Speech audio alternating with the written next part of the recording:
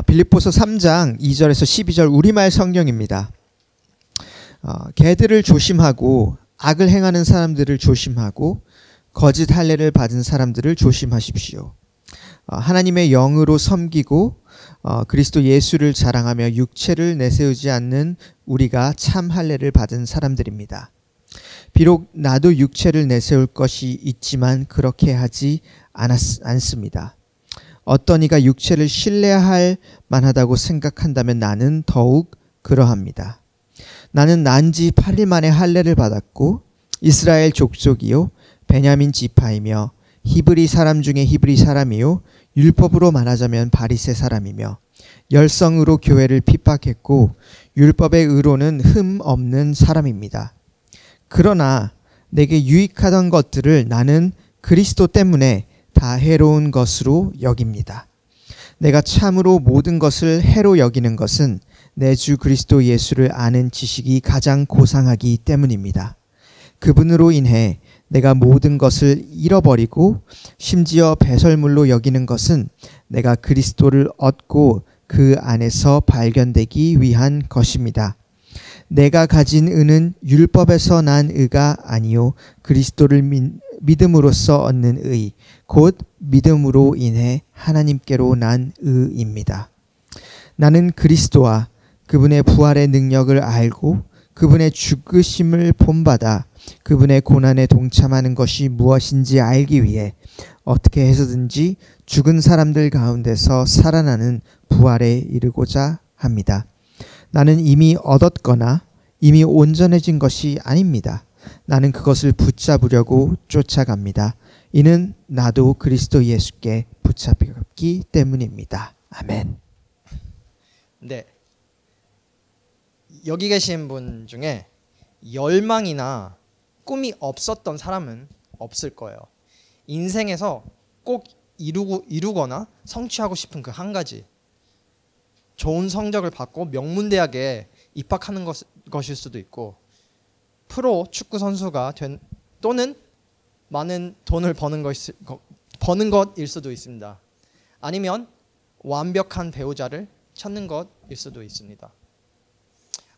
저는 대학 시절 때 프로 드러머가 되고 싶었어요. 최고가 되고 싶었죠.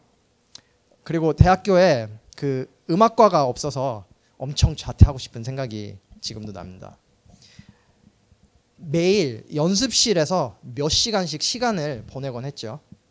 아침에 눈을 뜨면 가장 먼저 연습실로 갔어요. 수업이 끝나자마자 점심도 안 먹고 샌드위치 하나를 사들고 연습실로 갔었어요. 그리고 저녁 식사 후 저는 어디로 갔을까요? 아니요. 도서관 가서 공부했어요. 그 정도로 무책임하진 않았거든요. 하지만 저는 매일 몇 시간씩 연습실에 갇혀 지냈어요. 근데 그러기 위해서는 많은 헌신과 희생이 필요했습니다. 시간, 돈, 친구들, 성적마저 많은 것들을 포기해야 했죠. 하지만 저는 왜 그런 선택을 했을까요? 제 자신의 영광과 자부심을 위해 선택했던 것 같아요. 제가 그 연습실에 있을 때마다 수천 명 사람들 앞에서 드럼을 연주하는 제 모습을 상상하곤 했거든요. 그리고 내가 받을 영광을 위해 모든 걸 포기할 각오가 돼 있었습니다. 인간은 누구나 중요한 존재가 되고 싶고 중요하다고 느끼고 싶은 욕망을 가지고 있습니다. 우리는 어떤 식으로든 이 세상에서 중요한 존재가 되고 싶어 합니다. 그리고 중요한 존재가 되기 위해서는 다른 많은 것들을 포기해야 할 때가 많죠. 중요한 존재가 되고 싶고 위대한 것을 성취하고 싶고 인생에서 의미를 찾고 싶은 욕망은 보편적인 현상입니다. 우리 모두가 그러한 갈망이 내면에 있습니다. 그러나 오늘 바울이 빌립보 교회에 전하는 말은 우리가 그리스도에 집중하지 않으면 그리스도를 알기 위해 모든 노력과 힘을 쏟지 않는 한 우리는 삶에서 진정한 의미를 결코 찾을 수 없다는 것입니다. 그리스도를 아는 것의 가치를 이해하고 우리가 갈망하는 삶의 의미 또는 중요해지고 싶은 마음을 포함한 다른 모든 것을 포기할 때에만 진정한 의미를 찾을 수 있다는 말입니다. 우리의 정체성, 우리의 중요성은 오직 우리를 창조하신 분께서만 알려줄 수 있기 때문입니다. 그리고 하나님께서 우리 각자를 창조하실 때 특정한 목적을 위해 우리를 창조하셨습니다. 하나님은 임의적인 존재가 아닙니다. 우연에 의해 이 우주를 창조한 어떠한 무작위적인 힘이 아닙니다. 그분은 인격적인 하나님이시며 여러분과 인격적인 관계를 맺기 위해 여러분들을 창조하셨습니다. 그렇기 때문에 웨스트민스터 신앙 고백서는 인간의 주된 목적, 최고의 목적은 하나님께 영광을 돌리고 그분을 영원히 누리는 것이라고 고백합니다. 그러나 하나님과 단절된 타락한 상태에서는 우리가 창조된 이 목적을 달성할 수가 없습니다. 이것이 바로 우리가 그리스도를 알아야 하는 이유입니다. 그리스도 없이는 하나님께 영광을 돌릴 수도 없고 영원히 그분을 누릴 수도 없기 때문이죠. 그래서 오늘의 핵심은 그리스도를 아는 것이 엄청난 가치가 있기 때문에 모든 것을 손실로 여겨야 한다는 것입니다. 다시 말해 인생에서 그리스도를 아는 것보다 더 중요한 것은 없다는 말입니다. 그리고 그리스도를 알기 위해서는 첫째, 우리에게는 육체를 내세우려는 경향이 있다는 것을 인정해야 됩니다. 그리고 둘째, 의는 오직 그리스도 안에서만 찾을 수 있다는 것을 인정해야 합니다. 그리고 셋째, 그리스도께서 우리를 자신의 소유로 삼으셨다는 사실을 인정해야 합니다. 그래서 첫 번째 포인트, 육체를 내세움. 빌립보서를 살펴보면 3장 2절에서 바울은 꽤 거친 단어를 사용합니다. 빌립보서 교인들에게 개, 순화해서 말하자면 멍멍이 또는 강아지, 악한 자, 육체를 훼손하는 자들을 조심하라고 경고합니다. 여기서 개 또는 쿠나스라는 단어는 그리스어로 남성 매춘부라고 하나요? 남성 매춘부 또는 불결한 마음을 가진 남자를 은유적으로 표현하는 단어입니다. 바울은 꽤 거친 단어를 사용하고 있죠. 그렇다면 바울이 누구를 지칭하는 것인지, 왜 이런 거친 단어를 사용하는지, 그리고 이것이 왜 우리에게 중요한지 궁금하실 거예요. 우선 바울 시대에는 진정한 그리스도인이 되려면 유대인의 율법을 지켜야 한다고 주장하는 사람들이 있었습니다. 여기에는 할례를 받고 특정 음식을 먹지 않고 안식일을 지키고 유대 정통에서 요구되는 다른 많은 율법들을 준수해야 하는 것들을 포함되어 있었습니다. 하지만 문제는 하나님이 주신 율법이 잘못됐거나 죄악이라는 것이 아니었습니다. 오히려 바울이 오늘 본문에서 다루고자 하는 문제는 하나님이 주신 좋은 것들을 이용해서 스스로를 높이려는 우리 모두의 죄악된 본성입니다. 문제는 타락한 인간은 그리스도가 아닌 자신의 육체를 신뢰하는 경향이 있다는 것입니다. 이러한 교만한 태도는 우리 신앙에 심각한 해악을 끼치기 때문에 바울은 빌립보 교회의 유대주의자들에 대해 열렬히 경고해야 했습니다. 그리고 그리스도인인 우리도 예외는 아닙니다. 우리 또한 이러한 곤경에서 자유롭지 않습니다. 우리도 똑같이 육신을 신뢰하는 경향이 있거든요. 우리는 엄한 곳에서 의미를 찾도록 길들여져 왔고 그 결과로 사람들을 평가하고 판단하게 됩니다. 심지어 우리 자신도 스스로를 판단하는 걸 볼 수가 있죠. 나의 직업, 나의 학위, 내가 교회에서 얼마나 열심히 봉사하는지, 내가 누구와 결혼했는지. 우리는 명예의 배지를 자랑스럽게 전시하거나 배지가 없어서 부끄러움에 숨어 삽니다. 우리는 우리 자신과 우리 자신이 이룬 것에 자부심을 갖고 그것을 달성하지 못하면 하찮은 존재라고 믿습니다. 그리고 이 모든 것이 다른 사람을 대하는 방식에 어떤 영향을 미치는지 아시나요?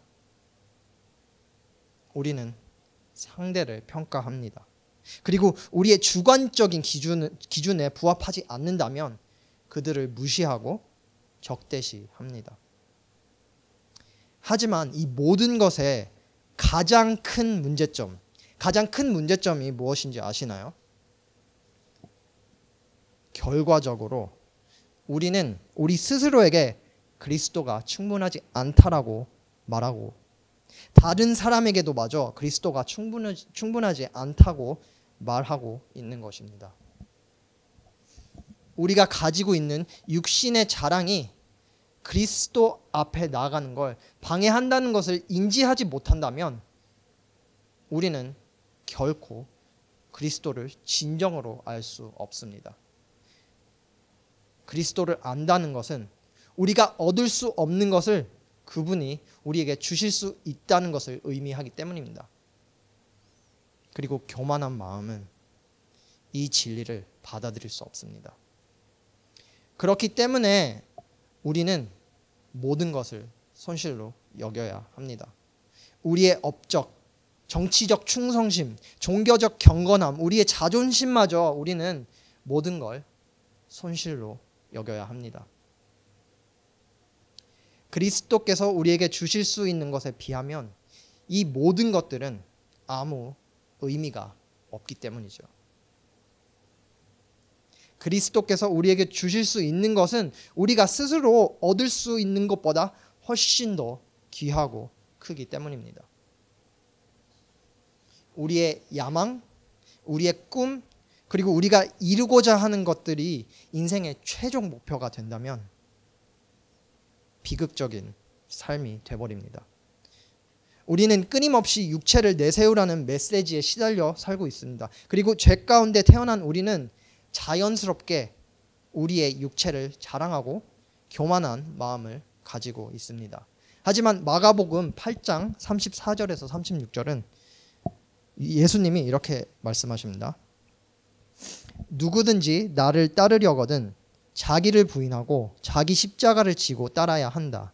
누구든지 자기 생명을 구하려고 하는 사람은 잃어버릴 것이요 누구든지 나와 복음을 위해 자기 생명을 버리는 사람은 구할 것이다. 사람이 온 세상을 다 얻고도 자기 생명을 잃으면 무슨 소용이 있겠느냐. 우리가 온 세상을 얻는다 해도 우리 삶에 그리스도가 없다면 아무런 소용이 없습니다. 가스펠시티 여러분들은 여러분 삶에 스스로에게 모든 것을 손실로 여기라고 이야기하고 있습니까? 아니면 육체를 신뢰하라고 이야기하고 있습니까? 한번 생각해 보시기 바랍니다. 이어서 두 번째 포인트로 넘어갈 건데요.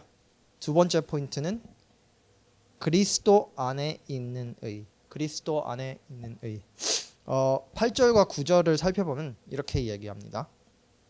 그분으로 인해 내가 모든 것을 잃어버리고 심지어 배설물로 여기는 것은 내가 그리스도를 얻고 그 안에서 발견되기 위한 것입니다. 내가 가진 의는 율법에서 난 의가 아니요 그리스도를 믿음으로써 얻는 의, 곧 믿음으로 인해 하나님께로서 난 의입니다 라고 말하고 있습니다. 여기서 바울은 기독교 신앙에서 빼놓을 수 없는 매우 중요한 교리를 소개합니다. 즉 그리스도와의 연합. 이 교리가 그리스도인의 삶에 매우 중요한 이유는 바로 의 때문입니다. 바울은 자신의 의가 전혀 의가 아니라는 것을 너무나도 잘 알고 있었습니다. 여러분들이 2주 전에 신전도사님의 설교를 기억하실지 모르겠는데요. 그때 죄는 바이러스 같아서 전염성이 있다고 말하신 걸 기억하실 거예요. 산불처럼 퍼진다는 겁니다. 우리의 마음과 의지를 타락시키고 상상할 수 없는 최악의 죄를 지었든 바울이 비꼬는 말처럼 율법에 대해 흠이 없는 사람이든 우리는 죄로 더럽혀졌습니다. 다시 말해 우리가 의롭다거나 종교적 경건이라고 생각하는 행위조차도 죄로 인해 더럽혀졌다는 뜻입니다. 그리고 사실 바울이 이 본문에서 언급하는 율법은 우리를 의롭게 만들 수가 없습니다. 오히려 율법은 첫째, 하나님에 대해, 즉 그분의 완전하심과 그분을 기쁘게 하시는 것이 무엇인지를 우리에게 가르쳐 줍니다. 그리고 둘째, 우리의 죄성을 보여줍니다. 우리가 하나님의 도덕적 기준을 충족시키지 못하는 것을 보여주고 있습니다. 다시 말해 우리는 겉으로 율법을 완벽하게 따르는 것처럼 보일 수는 있겠지만 우리 마음도 그 율법을 완벽하게 따르고 있나요? 작년에 마태복음에 있는 산상수훈을 살펴봤는데 예수님께서 누군가를 음욕적으로 생각하면 이미 간음한 것이라고 말씀하십니다. 누군가에게 화를 내면 이미 살인을 저지른 것이라고 예수님은 이야기합니다. 우리 모두는 실패합니다. 하나님의 완벽한 도덕적 기준을 도달할 수 없습니다. 그리고 율법은 우리 안에 있는 그 실패를 지적할 뿐입니다. 생각을 해보세요. 얼굴이 더럽다면 여러분들은 거울로 샤워를 할 수 있을까요? 거울은 우리가 더럽다는 것을 보여주지만 깨끗해지려면 물로 샤워를 해야 합니다. 의로움도 마찬가지인 거죠. 우리 모두는 의로움에 대한 문제가 있습니다. 우리 스스로가 충분히 의롭지 않다는 생각에 짓눌려 살거나 우리가 충분히 의롭다는 착각에 취해 살고 있습니다. 하지만 문제가 보이시나요? 둘 다 하나님의 의를 거부합니다. 한 사람은 나는 충분히 선하고 내 의로 충분하다. 나는 그리스도에게서 오는 의가 필요하지 않다라고 말합니다. 그리고 다른 한 사람은 나에게는 희망이 없어. 나는 길을 잃었어. 나는 충분하지 않아. 그리스도가 있어도 충분하지 않아. 사실상 두 사람 모두 예수 그리스도를 의로 받아들이지 않고 있습니다. 그리고 이것은 기독교 신앙에 매우 해를 끼칩니다. 우리가 잘하고 있지 않다고 느끼면 우리 삶에서 끊임없이 불안과 두려움이 몰려옵니다. 그리고 우리는 하나님 앞에 나가는 것을 저주하게 됩니다. 결과적으로 하나님과 단절되는 거죠. 또는 우리가 꽤 잘하고 있다는 착각에 하나님을 완전히 잊어버립니다. 하나님의 필요성을 느끼지 못하는 거죠.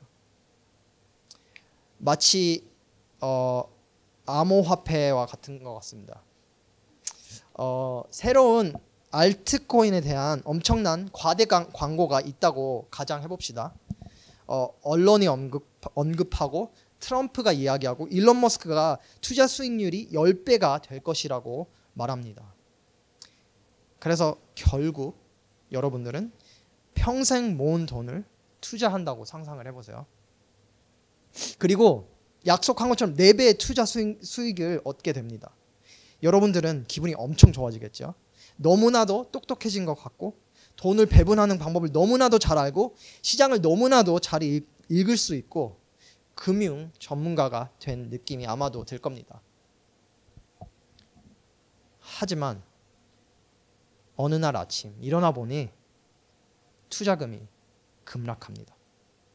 4배는 이제 마이너스가 되고 벌어들인 돈을 모두 잃어버릴 뿐만 아니라 투자한 돈의 절반도 잃게 됩니다. 팔까? 더 살까? 일시적인 현상일까? 다시 반등해서 10배의 수익을 얻을 수 있지 않을까? 그 초기의 자신감은 어디로 갔나요? 의심과 두려움만 남아있지 않나요? 매수해야 할지 매도해야 할지 몰라 계속 휴대폰만 들여다보고 있고 그 불안과 두려움이 쌓이면서 서서히 삶을 갉아먹게 돼버립니다. 좀 과정된 예시고 절대로 저에 대한 이야기는 아니지만 우리 자신의 의로움에 의존할 때도 마찬가지인 것 같습니다. 의를 따라잡는 우리의 능력은 암호화폐 시장만큼이나 변덕스럽습니다. 우리는 하나님의 도덕적 기준을 맺히지 못할 것입니다. 의는 내면에서 나오는 게 아니기 때문입니다. 의는 외부에서 오는 것, 하나님에게서부터 오는 것입니다. 예수 그리스도를 믿음으로 인해 우리가 의로움을 얻을 수 있는 거죠. 그리고 믿음은 예수 그리스도를 우리의 의로 인정하고 예수 그리스도를 의존하는 것입니다. 나 혼자서는 할 수 없습니다. 주님, 당신이 필요합니다. 라는 고백. 그리고 우리가 그분을 온전히 받아들일 때 우리가 예수 그리스도께 목숨 걸고 매달릴 때 성령님께서는 우리를 그분과 연합시켜줍니다. 예수 그리스도의 의가 우리의 의가 될 때 우리는 매우 자유로워질 겁니다. 왜냐? 그리스도 안에서 우리는 완전한 확신이 있기 때문입니다. 그리스도가 우리의 완전한 의가 되신다는 확신. 그리고 이 확신은 우리를 겸손하게 만들고 예수 그리스도 안에서 우리를 거룩하고 의롭게 만들어 나가실 하나님의 약속에 대한 소망을 품게 합니다. 그러기 때문에 바울은 모든 것을 손실로 여겼습니다.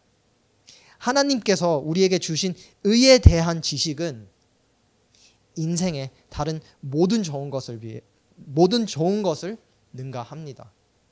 우리를 구원할 의는 오직 그리스도 안에서만 찾을 수 있기 때문입니다. 우린 모든 것을 손실로 여겨야 합니다. 마지막 포인트, 세 번째 포인트. 그리스도께서 우리를 그분의 소유로 삼으셨습니다. 그리스도께서 우리를 그분의 소유로 삼으셨습니다. 네, 여러분 중에 이렇게 질문할 수도 있을 것 같아요. 그래도 우리가 하는 일에 대한 책임을 지어야 하지 않나요?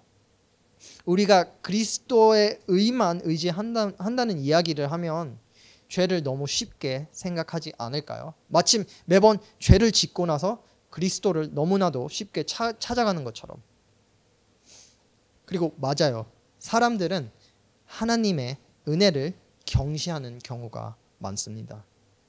하지만 바울이 11절에 이렇게 이야기합니다. 제가 읽어드리겠습니다.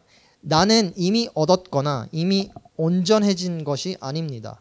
나는 그것을 붙잡으려고 쫓아갑니다. 이는 나도 그리스도 예수께 붙잡혔기 때문입니다. 우리가 거저받은 그리스도의 의는 우리가 죄 가운데 계속 살게 허락하는 의가 아닙니다. 바울이 말하기를 우리는 그리스도께 붙잡혔다고 말하고 있습니다. 우리를 그분의 소유로 삼으셨기에 우리가 그리스도와 연합됐기에 하나님의 것들을 우리는 쫓을 수 있는 것입니다. 이게 바로 우리가 우리 안에 있는 죄와 싸우는 이유이기도 합니다. 한번 생각을 해보세요. 믿지 않는 사람은 내면에 있는 죄와 그렇게 큰 충돌이 일어나지 않습니다. 즉 죄가 있음에도 불구하고 평화롭다는 말입니다. 그러나 그리스도인은 양심에 심각한 혼란을 느낍니다. 그리스도인은 무언가 잘못됐다라는 것을 인지를 합니다. 그러기 때문에 그리스도의 거룩함과 의로움을 본받기 위해 계속 싸우고 쫓아갑니다. 그리고 그리스도를 닮고자 하는 우리의 노력 또는 열망은 바로 그리스도에서부터 밖에 올 수 없습니다. 갈라디아서 2장 20절에서 바울은 이렇게 이야기합니다. 나는 그리스도와 함께 십자가에 못 박혔습니다. 이제는 내가 사는 것이 아니라 내 안에 그리스도께서 사시는 것입니다. 이제 내가 육체 가운데서 사는 것은 나를 사랑하사 나를 위해 자기 자신을 버리신 하나님의 아들을 믿는 믿음 안에서 사는 것입니다. 우리가 그리스도 안에 있다면, 우리가 그분과 연합이 되어 있다면 우리가 누리는 자유를 그리스도께 순종하고 겸손하게 서로를 섬기기 위해 사용할 것입니다. 갈라디아서 5장 13절 이렇게 이야기합니다. 형제들이여, 하나님은 여러분을 부르셔서 자유하게 하셨습니다. 그러나 그 자유를 육체의 만족을 위한 기회로 삼지 말고 도리어 사랑으로 서로 종노릇 하십시오. 우리가 믿음으로 값없이 받는 그리스도의 의는 우리의 생각과 마음 그리고 욕망을 새롭게 하고 하나님의 것을 추구하게 우리를 변화시킵니다. 그게 무슨 뜻일까요? 바로 우리의 일, 취미, 인간관계 등 우리 삶의 모든 영역에서 하나님께 영광을 돌리는 수단으로 사용할 거라는 말입니다. 기억하시죠? 아까 얘기했던 인간의 최고 목적은 하나님께 영광을 돌리고 그를 영원히 누리는 것이라고 이야기했었습니다. 우리가 이 삶을 살아가는 동안 그리스도를 닮아가고 그리스도를 우리 삶에 반영할 때 하나님께 영광을 돌릴 수 있는 것입니다. 한번 생각을 해보세요. 기독교인과 비기독교인의 근본적인 차이점이 무엇일까요? 둘 다 선한 일을 한다면, 둘 다 의과 대학에서 의사가 되기 위해 열심히 공부를 하고 있다면, 둘 다 가족을 분양하기 위해 열심히 일을 한다면 이 둘의 근본적인 차이점이 무엇일까요? 한 사람은 자신 안에 그리스도가 계시고 그리스도와 연합되었다는 것을 알고 살아가지만 다른 한 사람은 혼자 살아갑니다. 한 사람은 자신의 의지와 행동을 변화시키는 하나님께 감사하면서 살아가지만 다른 한 사람은 자기의 육체를 의존하면서 살아갑니다. 한 사람은 하나님께 영광을 돌리지만 다른 한 사람은 스스로에게 영광을 돌립니다. 그리고 이것은 엄청난 차이를 만듭니다. 그리스도께서는 우리의 죄를 위해 죽으시고 죽음에서 부활하심으로 우리를 자신의 것으로 만드셨습니다. 그리고 예수 그리스도를 죽음에서 부활시킨 능력은 우리에게 새 생명을 주는 바로 그 능력입니다. 우리가 선한 일을 하고 우리 안에 죄와 싸우고 그리스도를 더욱 닮아가기 위해 노력하고 계속 나아갈 수 있게 하는 능력도 바로 예수를 부활시킨 능력입니다. 우리 안에서 역사하시는 성령님의 능력입니다. 삶입니다.